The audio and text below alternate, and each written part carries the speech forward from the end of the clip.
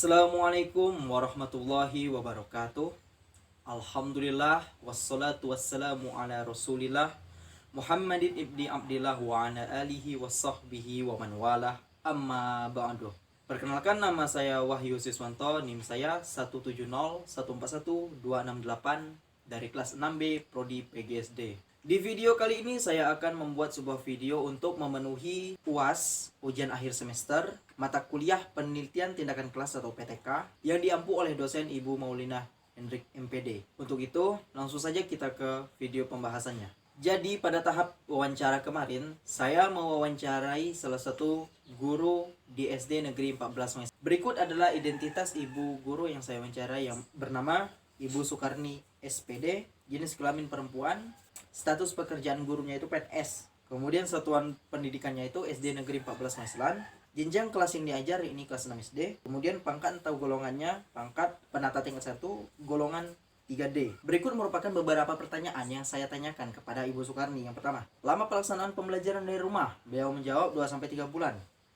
Kemudian RPP yang digunakannya itu baru menyesuaikan. Jenis pembelajaran yang dilakukan selama pandemi, daring, beliau menjawab. Kemudian jika daring, aplikasi apa yang digunakan? Nah, aplikasi yang digunakan ini menggunakan aplikasi WhatsApp, WAG, WhatsApp Group, Paguyuban. Kemudian persentase kehadiran siswa selama pembelajaran daring, ya persentasenya itu lebih dari 50% lah ya.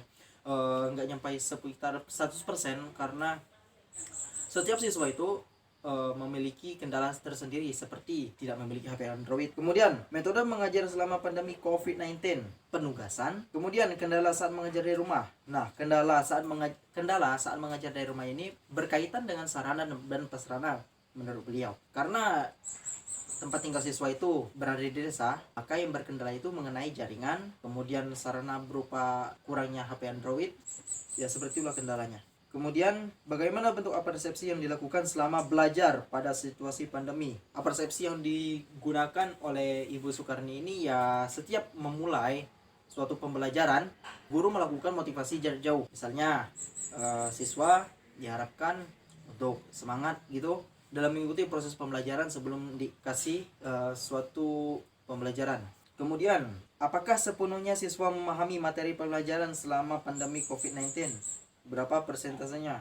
Nah, untuk sepenuhnya itu tidak.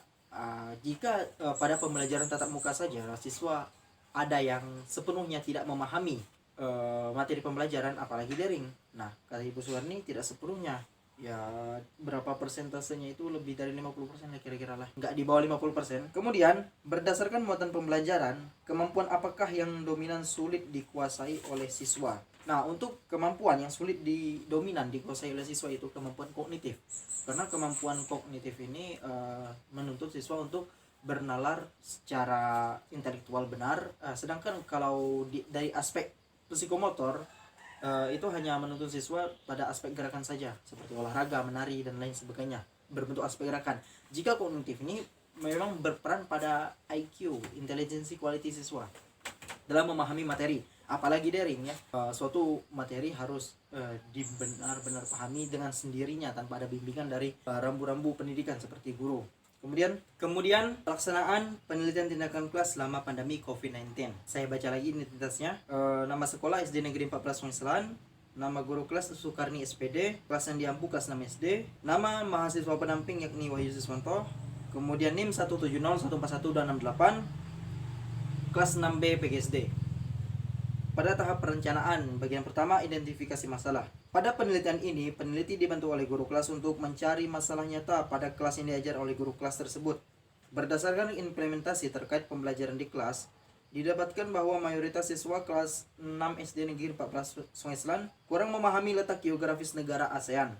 Dari siswa yang berjumlah 7 orang, hampir semuanya tidak memahami letak geografis negara ASEAN. Wow, berarti dari 7 siswa tersebut, semuanya tidak memahami, berarti 100% tidak memahami identifikasi masalahnya. Berarti dalam proses pembelajaran tersebut terdapat suatu masalah yang nyata. Apa masalahnya kira-kira? Kemudian analisis masalah. Siswa kelas 6 SD Negeri 14 Maislan sebenarnya sudah harus memahami letak geografis negara-negara ASEAN. Namun pada hasil identifikasi masalah ditemukan hampir mayoritas siswa tidak memahami letak geografis ketika diberikan tugas oleh guru. demi mencapai tujuan pembelajaran mengenai meningkatkan pemahaman siswa terkait letak geografis negara ASEAN.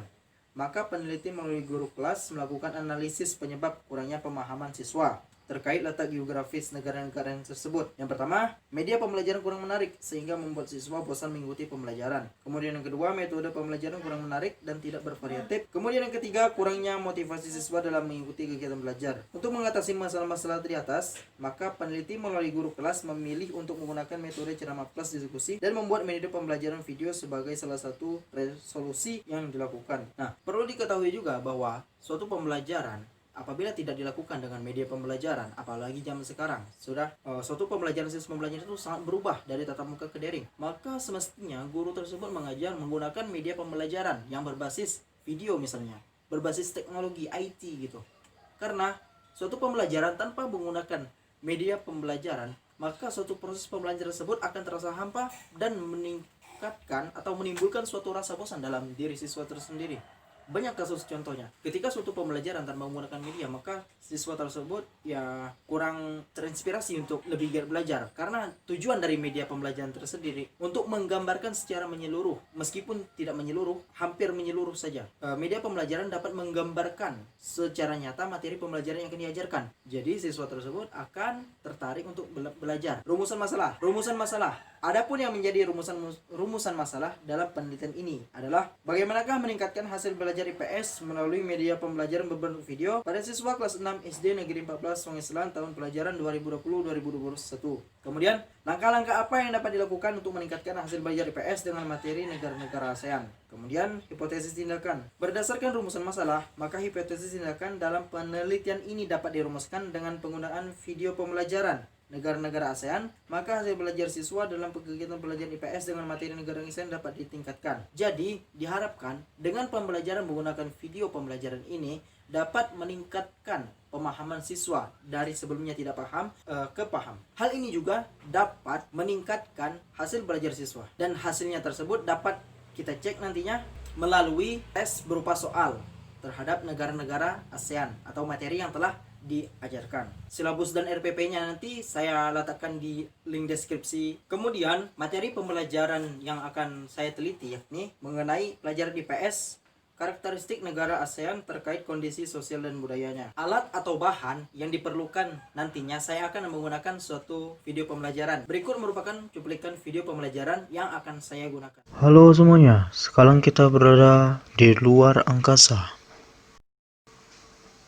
Dan kita akan menelusuri di manakah benua Asia Tenggara berada. Tempat menaungnya di mana organisasi ASEAN berada.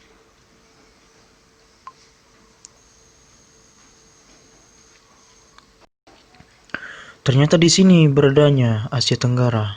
Terdapat banyak sekali pulau di sana. Di Asia Tenggara ini terdapat berbagai macam negara, kawan.